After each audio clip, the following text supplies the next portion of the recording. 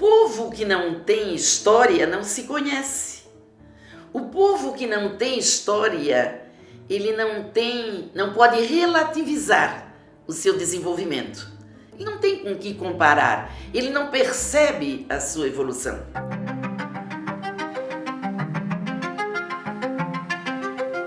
Até a década de 60, Navegantes foi apenas um bairro do município, sem qualquer representatividade e dependendo 100% da cidade para sobreviver.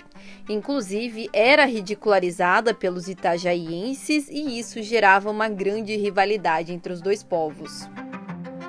Uma rivalidade entre os moradores daqui e os moradores do outro lado do rio, né? Tanto que gerou, né, os termos peixeiro e dengo-dengo, então eram termos pejorativos naquela época. Havia uma rivalidade, inclusive, com relação a relacionamentos pessoais, então um rapaz de Itajaí não poderia namorar uma moça de Navegantes e vice-versa, né? Então havia a rivalidade a esse ponto. Todo navegantino conhece a expressão dengo-dengo, mas muitos não sabem a importância que ela representa para a história da cidade. Por volta de 1800, os moradores do até então bairro de Itajaí ansiavam em ter uma igreja para poderem rezar, já que na época eles precisavam se reunir nas casas para fazerem os seus cultos religiosos. Mas no final de 1800 houve um movimento comandado pelo português Manuel Gaia, pai do conselheiro João Gaia, para convencer a diocese a construir uma igreja. E finalmente, em 1898, o sonho se tornou realidade.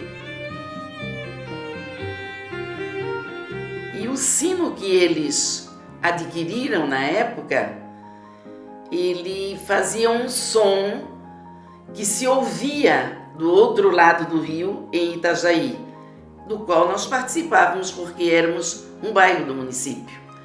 E os itajaienses, para brincar ou ironicamente para debochar dos navegantinos, imitavam o som do sino dizendo que o nosso sino era fraquinho e que só fazia dengo, dengo, dengo.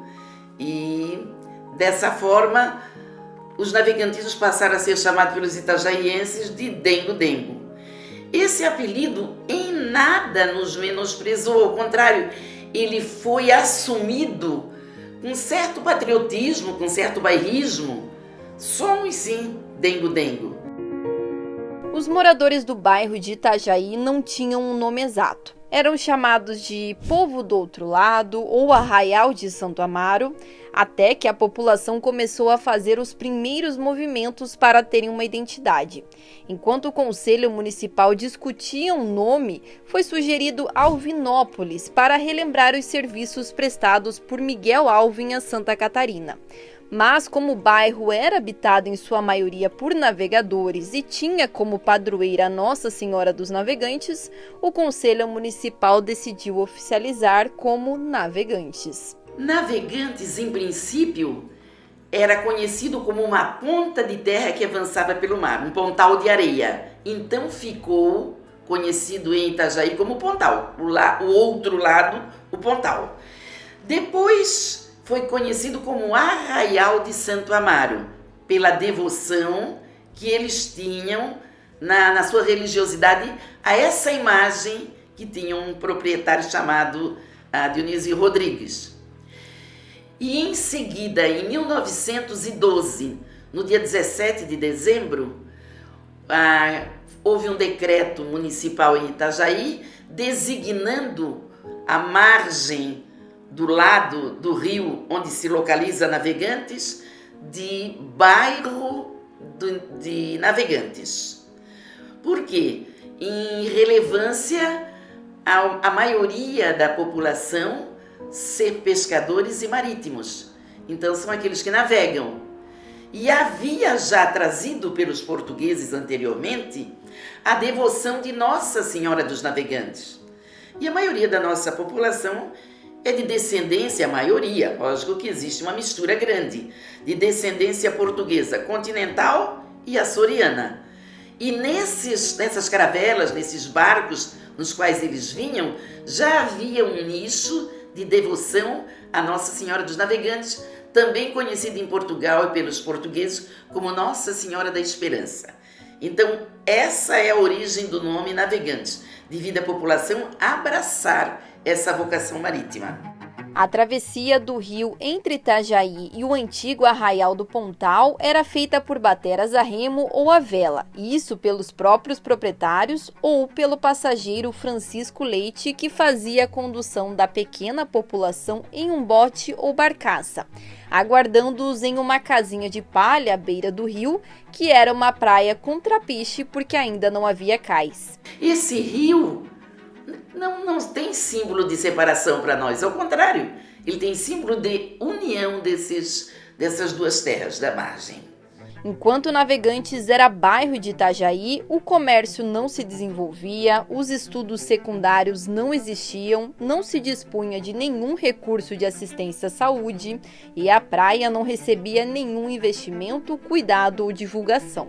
Diante de tal situação, líderes de tradicionais famílias de navegantes formaram uma comissão com o objetivo de promover a emancipação política de Navegantes. E em 1962, Navegantes se tornou um município independente. Foi o abandono político, o abandono da administração pública ao longo de muitos anos para o lado de cá, né? Para o lado de Navegantes, naquele momento, em algum momento considerado Arraial de Santo Amaro, né? Nomeado como Arraial de Santo Amaro, e depois Arraial dos Navegantes, que também, né, acabou se tornando bairro dos Navegantes. Nesse período, né, em que a população daqui começou a perceber que a administração pública de Itajaí não dava a mesma importância para este lado do rio quanto para o lado de lá, a gente acabou tendo uma movimentação, né, de lideranças aqui de Navegantes, no sentido de conseguir a emancipação do município, o que aconteceu em 1962. Então, nós temos hoje registros, inclusive, né, aqui na frente temos a Praça dos Emancipadores, onde essa comissão, que é uma homenagem a essa comissão que trabalhou pela emancipação do município. Foi um trabalho grande, né, no sentido de angariar o apoio da comunidade local para que houvesse a mobilização da classe política, tanto de Itajaí, através da Câmara de Vereadores, como também da Assembleia Legislativa e do próprio governador da época.